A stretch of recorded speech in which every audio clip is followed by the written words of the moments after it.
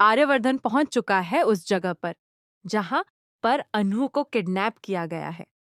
यहाँ पर अनु को बचाने के समय गुंडा आर्यवर्धन के सिर पर बंदूक रख देता है और कहने वाला है कि अगर तू इसे बचाने के लिए रास्ते में आएगा तो मैं तुझे भी जान से मार दूंगा। लेकिन तभी यहाँ पर मीरा का फोन आता है और वह कहती है कि आर्यवर्धन सर को कुछ नहीं होना चाहिए। अगर उनको एक खरोंच भी आई तो मैं तुम्हारी जान ले लूंगी। यानी कि यहाँ पर मीरा सिर्फ अनु को ही गायब करवाकर मरवाना चाहती थी, ना कि आर्यवर्धन को। ऐसे में जब यहाँ पर गुंडा आर्यवर्धन को गोली नहीं मारता तो आर्यवर्धन अनु को बचाकर वहां से फाइनली चला जाता है। अब यहाँ पर अनु किडनैप हो चुकी थी। मीरा ने बहुत ही घटिया चाल चली है।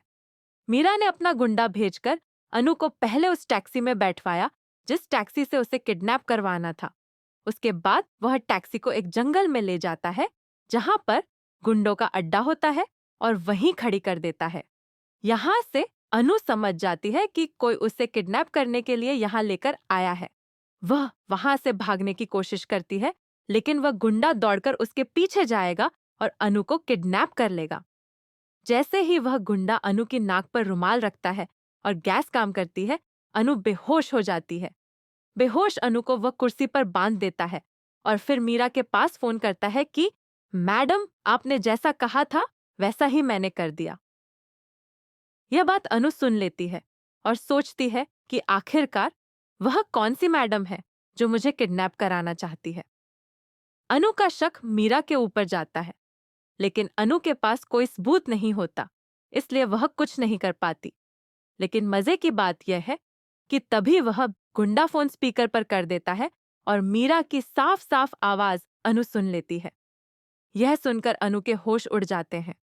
अनु सोचती है कि मीरा मैडम अभी भी मुझसे नफरत करती हैं और आर्यवर्धन सर की बर्थडे पार्टी से मुझे दूर करने के लिए यह सब कर रही हैं। उन्होंने मुझे इसी वजह से किडनैप करवाया है। अब अनु को सच्चाई पता चल जाती है और अब अनु और मीरा की लड़ाई आमने सामने होने वाली है।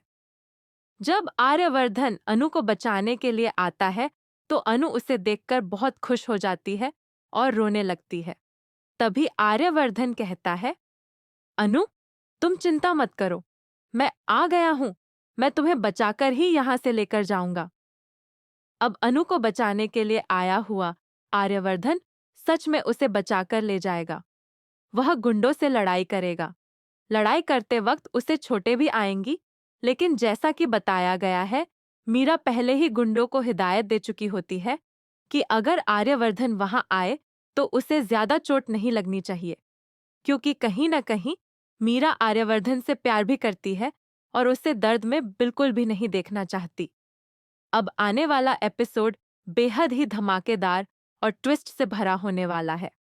आपको दिखाया जाएगा कि जब आर्यवर्धन अनु को बचाकर लेकर आएगा तो आर्यवर्धन की माँ और भी ज्यादा खुश होंगी।